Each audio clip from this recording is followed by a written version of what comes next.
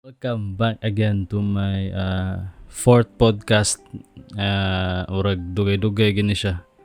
Pasensya, I know dagan kayo nag-apas sa akong podcast. I didn't really know pod nga dagan pod ay ganahan mo tan-aw sa akong podcast. At first is wala ra gid para nako ba. Murag lingaw-lingaw lang mo siya.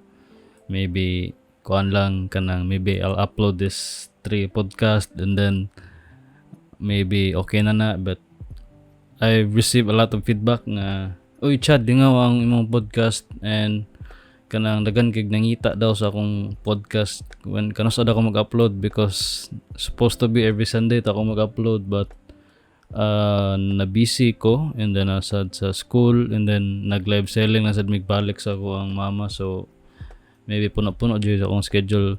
But thank you very much sa mga nitan-aw gid sa ako ang podcast. Di lang pod sa podcast po sa akong mga video o sa akong stream. Thank you so much. I know nga boring kay ako ang mga video but thank you so much sa mga ni-suporta. Di na ako mo hisugot sa kung kinsa man na ni-support but thank you so much gid. Salamat jud kayo sa pag-support sa akong channel. What happened 2 weeks ago? Basically mura man siguro gihapon nagklase ko and then basically akong klase is MWF Saturday na ako Saturday hapon ng TTH wala ko klase ana so ang TTH is basically mag-deliver mi ana ni mama sa mga dere sa Lapu-Lapu kanang kung kinsa tong mga nag-order and then wa na sa koy edit og video mga highlights na ko because mo sad lagi na busy ko or not gitapol jud ko basically and then I think last na ko upload is 5 days last 4 to 5 days and nag-adjust pa sa ko sa akong streaming usay mga alas 11 na ko magsugod nantod alauna depende na kay akong klase nagbuntag ana MWF is 10:30 so di kay kumamatag sa iyo pero kailangan di mo kumamatag sa iyo kay tapulan kay ko magpa-alarm and then I think that's it tabo na ako so anyway starting sa podcast my title for today's podcast is about respect and kindness.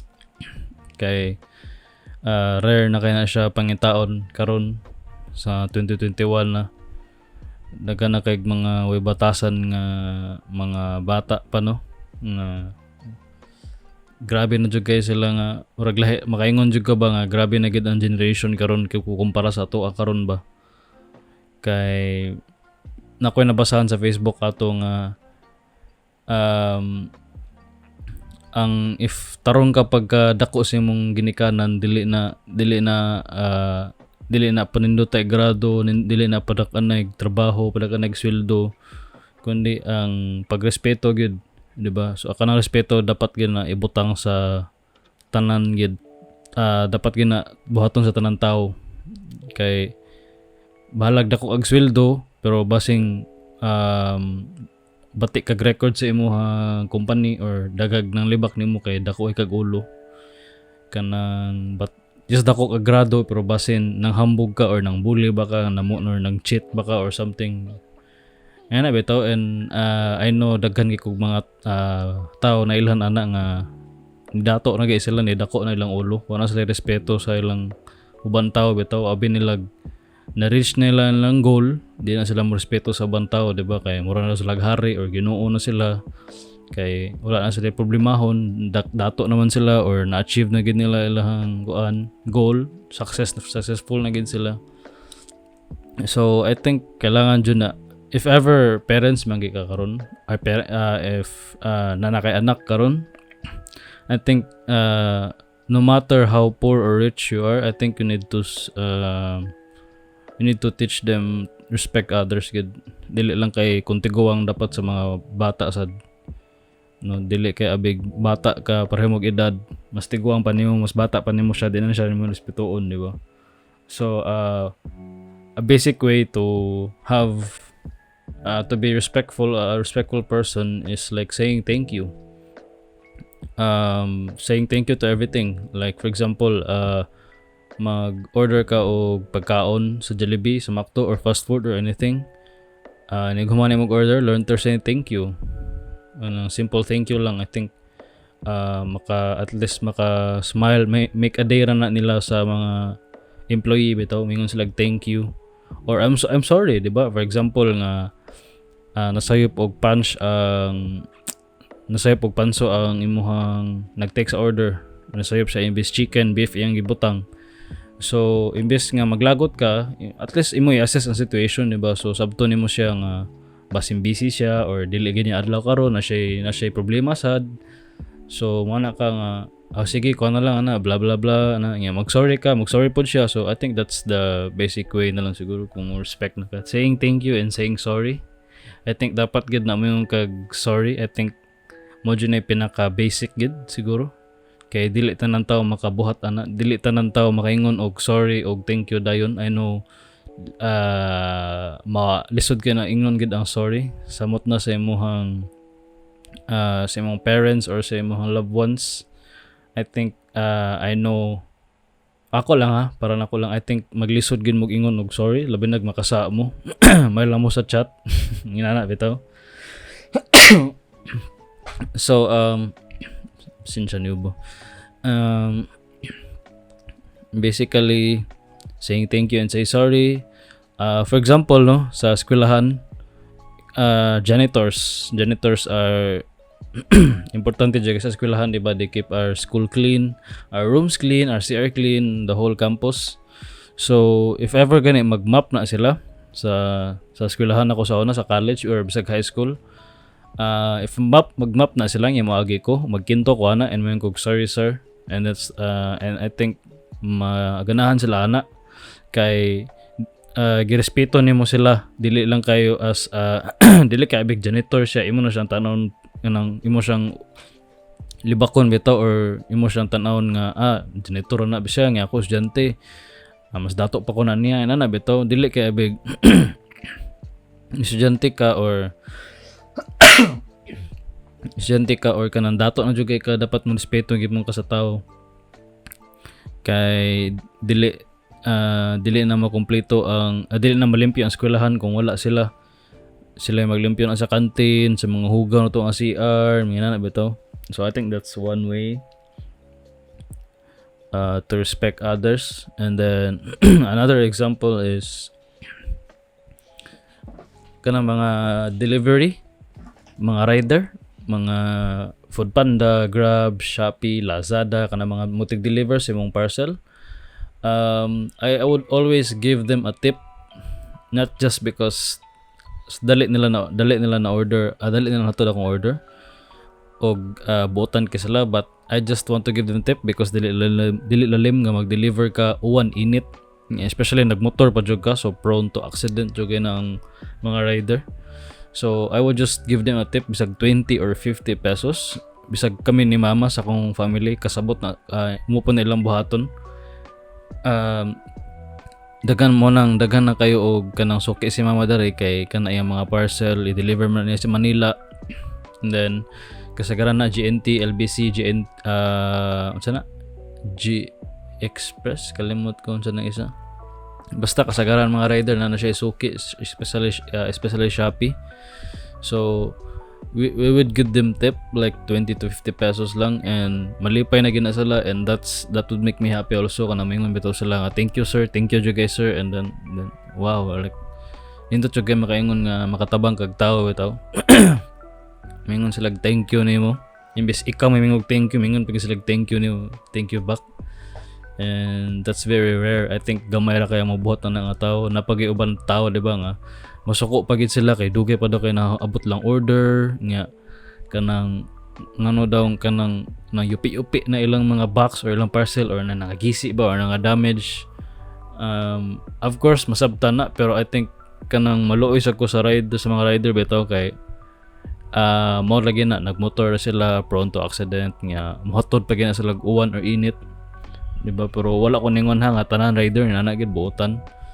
And I know nga na po yung mga urban rider nga mga batig batasan. Pasag ko naka-experience na do, pero mo gina I would always give a tip to them. Mag thank you gina sila, and grabe murag malipay na jud ko ana bisag kana lang nga thank you. I think dako na kay nagtabang nila lang 20 or pila ba na itip. Bisag si mama ang ating ihatag niya is 100 kapin, depende if bugat kay ang parcel ang ihatag or kanang suki na niya balik-balik na mo na atagan gina niya tip.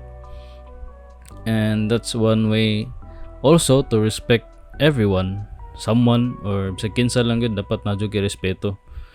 And another example is kana mopalit ka sa merkado or mag-shopping ba ka, diba? So ining human niya hatag sa imo hang gipalit miyon kag thank you, and then thank you back kaniya ay ma-thank you back po siya nimo, diba? Ito mo na yung pinakalindot sa no dili abig kanang dato na kay ka or successful na bitaw kay ka, dili bitaw ingon nga kanang baliwalaon na lang nimo ang ubang tawo. And I know daghan jud kay ko na di ko musultig pangan, pero nagrabe daghan jud kay kog tawo na ilan ana kay abig kanang dato ilang family, and di na sila mo respeto namo. And I know namin nakakontra na diri sa mo silingan, pero let's not talk about it. Di ko ganahan manglibak kay bad na. Pero anyway, respect, I think respect is the muna pinaka first pangitaon gid siguro sa tao.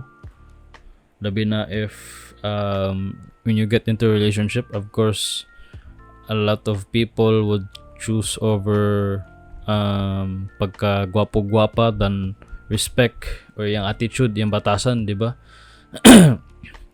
Na may uban na naingon nga kuan ganahan ko ganang buutan ana bla bla bla, if makikita gwapo-gwapa mo muwagtang na din lang kuan, di ba? Pero that's the different story na pod. Pero ang ako lang ba is if ever gani if ever gani nga kanang nanakay anak, please in town tudloig respeto yung anak. If dili ninyo kaya mag-anak, please taon ayo la sa likay na sa mo kung unsay gipang buhat ninyo karon kay first thing sa atong generation, lacking na lang sa atong generation is respect. Nagana kay mga bastos nga dili lang kay sa mga bata na po sa mga tiguang, labi na sa mga dagko na mga politics, mga inana bito. Di na ko mustorya na, I don't like talking about that. Pero yeah, muna ako ang ganaan storyaan gid karon ang pag respect good. And not only mahatag og tips sa mga riders, but same po ana sa mga fast, di man necessarily sa fast food, kanang if mag-grocery gani ni mama sa mall, usahay naman na mo tabang og hatod deliver sa orag siya mo sa pagtawag kanang mo sitaw gani kutang siya mo offer bitaw nimo og das yung gamit sa imong grocery, siya magda sa pushcart, and then hatagan na mag tip tayon 20, 50 bisag sila pay ni offer namo kay maluoy sa kuan nila gamay ra kay sila sweldo, di ba nya kanang I know if mutabang sila kanang at least pod na poy gamay makatabang nila. And dili lang pod gana hasta pod sa mga tricycle driver, sa mga taxi, if ever gani if botan gani ang taxi driver or ang tricycle driver, if dili kay siya kanang kuan bitaw nga grabe kay ang padagan nga mura siya ga racing, gatagan ako siya tip bisag 20 lang 50 malipay na jud ko ana. And wala ko ningon buhato na ninyo ha. Ang ako alang ba is ganahan ko nga makita na ko sila nga mingon sila malipay sila bitaw nga mingon sila thank you. I think dako na jud nagtabang para nako. And mo dyan akong ganahan ako sila ganahan ako sila ma-happy bitaw. Di ko ganahan nga kanang abig kanang bata pa ko nga tiguang murag lahi ilang pananaw na ako. So I think ganahan sa ko makatabang nila ginagmay sad bitaw. I know nga wala pa ko trabaho karon, but soon siguro maka-experience ako ginana unsa gid kalisod ang pangitag trabaho karon samot na nga napay pandemic. And daghan jud kog nailhan ng mga tawo ron nga naglisod og pangitag trabaho. Samot na ko if mohawa ka nga mangita lang trabaho di gid lalim.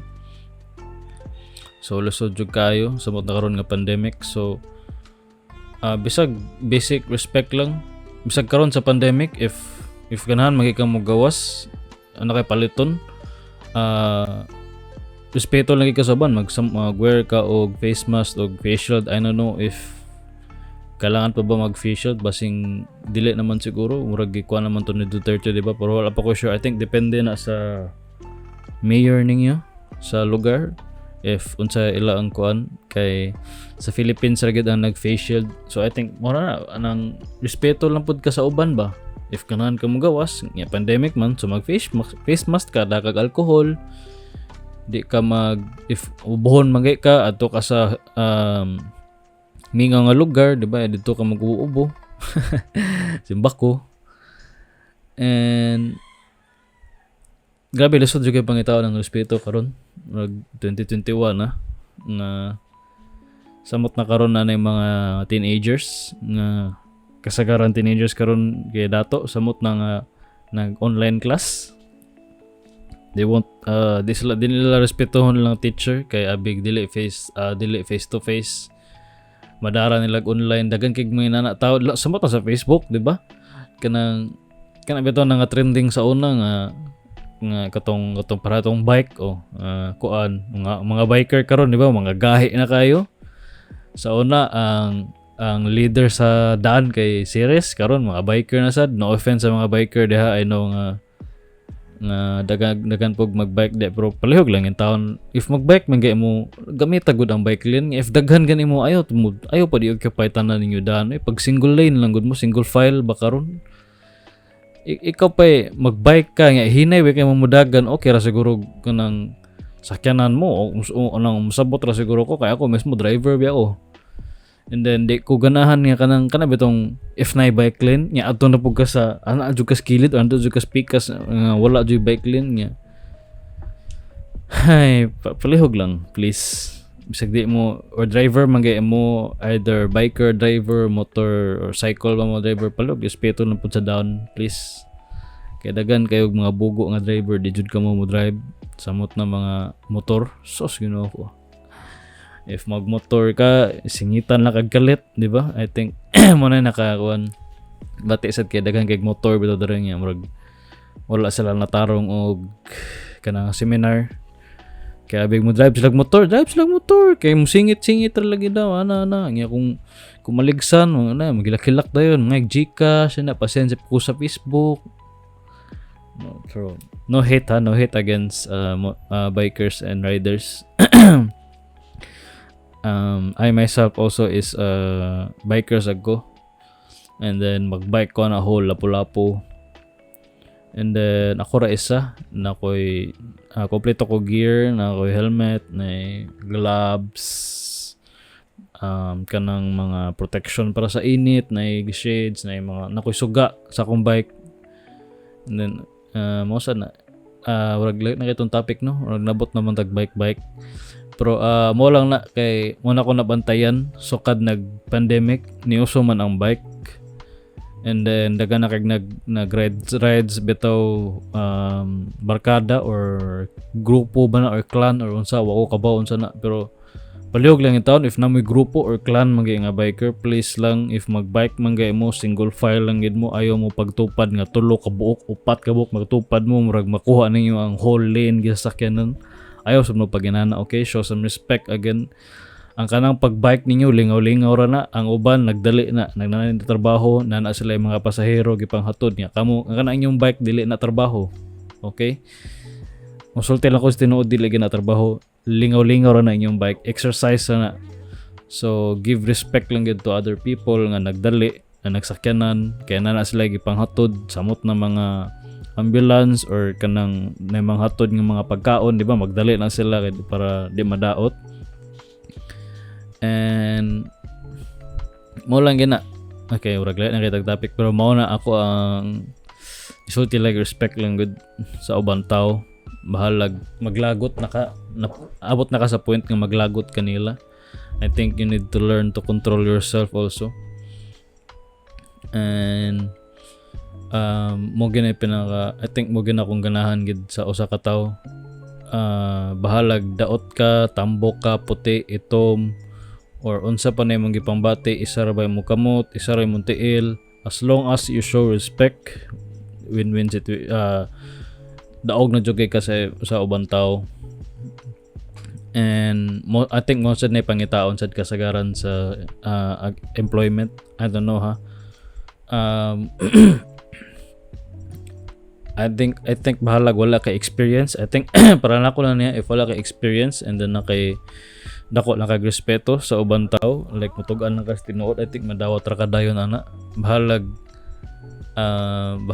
kanang wa jud kay experience sa nga trabaho, humble lang jud kay ka, willing ka magpatudlo. I think willing ka dawaton pud ana sa imong gi-applyan. And pag-cut-on og sulti og thank you og sorry sa usa ka tawo. If makasa mangani ka, ayo pataas og pride, dapat kamo siya og sorry samot na sa imong sa imong parents or sa imong partner, di ba? If makasa ka, learn to say sorry kay mora na makapagaan sa inyong mapagaan sa ilahang ilang gibati. Kay if mag-away man gani for example, like if mag-away man mo partner and then daghan na kayo mong gipangyaw like harsh words na kayo, then wa ka kabuang nga katuloy mong yayaw is sakit na gito para sa imong partner. And yeah, mosad na, di ba nga, wa ka kabaw nga grabe na kayo mong pagyaw-yaw niya nga nasakitan na siya. And then ayaw na paghuwat nga modako pa yung problema, mingon na lang kag sorry, maybe aton na nataybuhaton something ana. I think about one way also to show respect lang it is learn to talk things out, bitaw dili kay abig grabe na kayo yung sige na mag-away, dako lang yung problema, nagkalayo na yung istorya, mas mudako ninuhanin yung away og maayo. So I think you need to chill out and then learn to talk and listen also. So showing respect is not always talking, it's also listening. So willing ka maminaw sa ubang tao sa ilang problema, and then tabangan nimo siya kung unsay tambag nimo ana. So you magtabi mo ana sa imong kinsa ba na imong ikuan kastorya. And I think mo sa na pinaka-importante sa learn to listen also. So dili lang kay more on storya lang, blah blah blah, ana yaw dito yaw diri, but you need to listen also.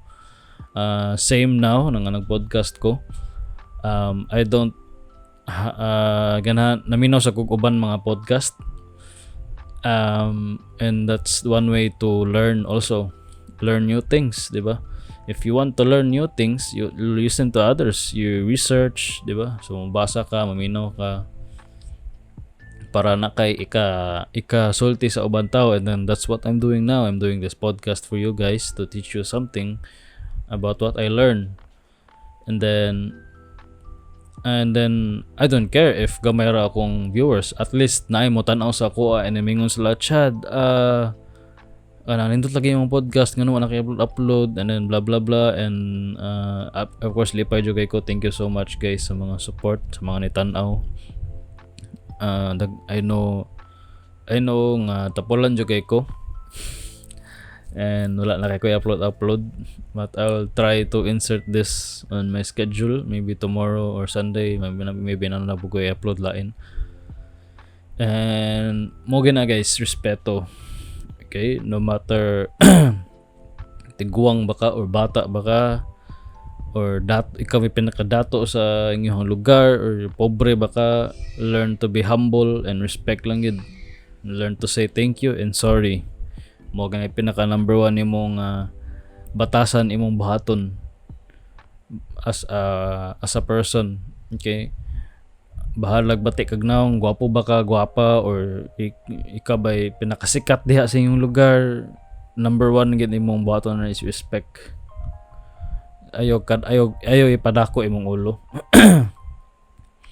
Kay mobati na imong character ana, and then if bati imong character, i-judge ka sa mga tao na. If i-judge ka sa mga tao na, wala na ganahan nimo. So if ever na kay problema, di na sila mutabang nimo kay because inani imong batasan, blah blah blah, and so on. So magkalayo na, libako na ka sa ubang tao nga, uy kani si kuan, blah blah blah, bati kini siya batasan, na. So bati na kay kag kuan, first impression nila. So mo lang gina, if ever asa ka, I think mato kag lain lugar nga ganahan ka mo travel. So I think first step you need to learn how to respect others lang yun.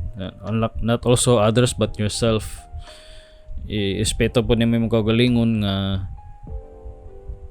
espeto imong kagalingon bitaw na. Pero bitaw mo na kong podcast karon guys. So learn to respect others. Ayo mo sig pinamay diha, okay? I know sometimes nga modako atong ulo but ayaw lang kay pasobra okay? Kanang sakto lang, and then kay basing nanga kay masakitan nga tao or nangi di ganahan nimo judge nimo. And that's the end of my podcast, guys. Thank you for watching my podcast. This is Storya episode 4. Dugay no, rag 2 weeks na ko i-upload. Next week I'll try to upload it every Sunday. I think ma-upload na siya Monday, or I will try mag-record ko Saturday para ma-upload siya Sunday. And then akong mga highlights is I think I'll just upload it randomly every week, twice or thrice a week. Kay kapo yung edit nya dagan po sa kog buhaton. Especially nga marag pa doon na may mag midterms. But thank you so much guys for watching. I appreciate it. Dagag na request akong podcast. I didn't expect it. Na-demo tanaw sa akong podcast no. Murag baliwala ra bitaw na ako siya nga. Kani post lang nako. Bata ka ba? Bisan na mo tanaw, and na-adyo ni tanaw and ni support. And thank you so much guys sa inyong support. If you like my podcast, please like and subscribe. That would help my channel grow. And I would upload soon again on Sunday. I think makuna-una pa ko lain topic, but that's it for my podcast, guys. Good night, stay safe, and bye-bye.